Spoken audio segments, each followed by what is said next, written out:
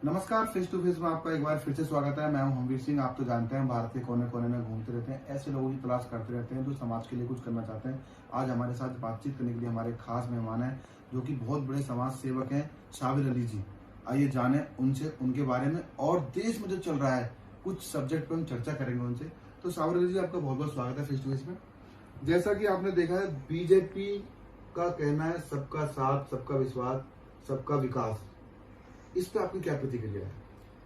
देखिए, बीजेपी का जो कहना है सबका साथ, सबका विकास, सबका विश्वास, इसमें जो सबसे खास चीज है वो मीडिया वाले हमेशा भूल जाते हैं, बोलना नहीं चाहते या वो बोलने नहीं देते। इसके आगे एक वर्ड और है, वो है सबका सत्यानाश, जो कि होते जा रहा है। और सबका सत्यानाश में सबसे पहले भारत को ही मैं कहूंगा, क्योंकि देश कहां से कहां पहुंच गया। आप खुद बताइए, गैस सिलेंडर पे बीजेपी आने के बाद सीधे डबल रेट हो गए। पेट्रोल कुछ ही दिनों में 100 को क्रॉस करने वाला है। तो एक मजदूर आदमी तो अपनी बाइक भी बेच देगा। तो सबका विश्वास और सबका विकास कहाँ रहा? ये सत्यानाश ही रहा। तब से बीजेपी सत्ता में आई है, ऐसे बड़े बड़े काम किए हैं वो आप पूरे हिंदुस्तान को पता है। और देखो, पिछले लॉकडाउन में आप जानते ही हैं, डायरेक्ट जनता के अकाउंट में पैसे भेजे गए थे। और अपने देश को तो वैक्सीन मिल ही रही है, मोदी जी के द्वारा 95 देशों को भी वैक्सीन भेजी गई है। आपने देखा ही होगा। बताइए, क्या ये सही है? वो अधूरी खबर है या कोई झूठी खबर है? हम पहले स्वास्थ्य सेवा से ले लेते हैं जी। हमारी दिल्ली में जो हॉस्पिटलों की व्यवस्था चरमराई है, उसकी वजह सिर्फ यह है कि यूपी में पूरी तरह से लोगों को इलाज का ना मिलना।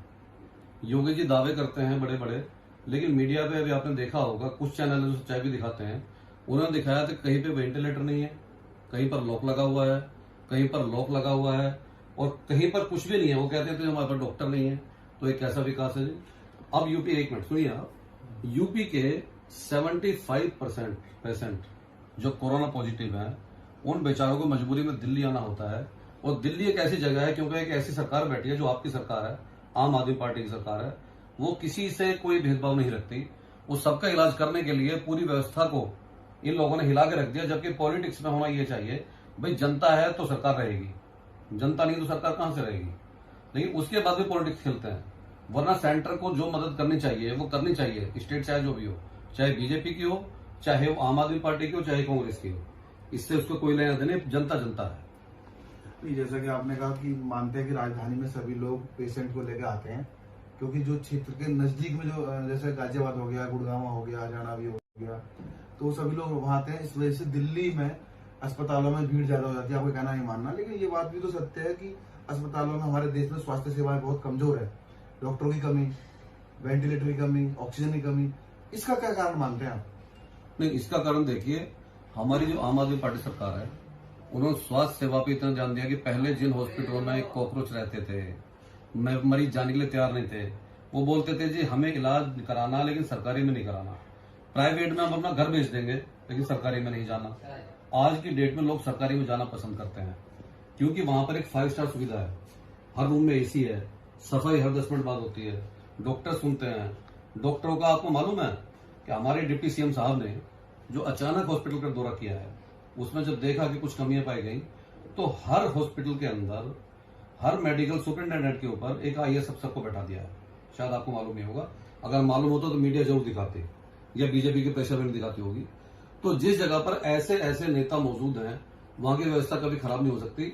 आप शिक्षा पे ले लीजिए, बिजली पे ले लीजिए, दिल्ली पूरे, मैं तो कहता हूँ पूरे हिंदुस्तान नहीं, पूरी दुनिया में नंबर 1 पे है। तो जो कमियां हैं हमारे देश में, कोरोना के लेकर के महामारी आ रखी है, तो आपके पास क्या सुझाव है? इसका आम आदमी पार्टी से और बीजेपी से कोई लेना देना नहीं है। देखिए, हमारे देश में अच्छे लोगों की कमी नहीं है, माइंडेड लोगों की कमी नहीं है। हमारे देश में ऐसे ऐसे वैज्ञानिक पैदा हो चुके हैं कि जो 2 साल पहले बीजेपी सरकार को उन्होंने ये बोल दिया था कि आप जो पैसा बाकी चीजों पर खर्च कर रहे हैं, जैसे विमान खरीद रहे हैं, मिसाइल्स खरीद रहे हैं, इसको ना लेकर के आप चिकित्सा पर ध्यान दीजिए। क्योंकि यदि आप इनको चलाने वाले ही आपके पास नहीं रहेंगे तो विमान क्या करेगा? विमान चलाने वाला भी कुछ चाहिए ना। उन्होंने पहले से आगाह किया था कि भी कोई बीमारी एक ऐसी आने वाली है जिसमें बहुत ज्यादा परेशानी आने वाली है, तो आप चिकित्सा पर ध्यान दें। लेकिन इन्होंने कोई ध्यान नहीं दिया। उसका अंजाम आज आप देख रहे हैं। आप जो अभी यूपी की बात कर रहे थे, यूपी के किसी हॉस्पिटल में सर ऑक्सीजन नहीं है, किसी में डॉक्टर नहीं है, और कहीं पर अगर आप देखें कि वेंटिलेटर बेड है तो उसको चलाने वाले नहीं है। ये कैसी व्यवस्था है? तो अभी तो हाल ही में जो रिजल्ट आया है वहाँ पे, अब तो बहुत ज्यादा केस भी कम हो गए हैं।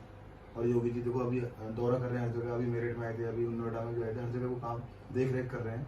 तो पहले से तो काफी सुधार है वहाँ पे। सुधार कुछ नहीं है।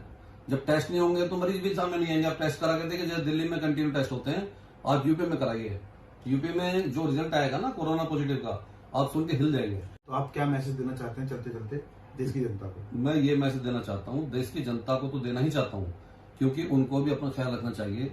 सोशल डिस्टेंसिंग का पालन करें, कोरोना से बचें, घर में रहें, जो कर्फ्यू लगा है उसका पालन करें। लेकिन इसके साथ साथ जो हमारी सरकारें हैं, खास तौर पे बीजेपी सरकार को मैं कहना चाहता हूँ, क्योंकि देखिए कोरोना 3 जगह ज्यादा फैला हुआ दिखाते हैं, एक गुजरात में, एक दिल्ली में, और तीसरा शुरू हो गया बंगाल में। बंगाल तो अभी शुरू किया है, नहीं सबसे नंबर 1 तो महाराष्ट्र है। महाराष्ट्र है ना। लेकिन आप ये देखिए महाराष्ट्र में बीजेपी सरकार नहीं है ना, नहीं है ना।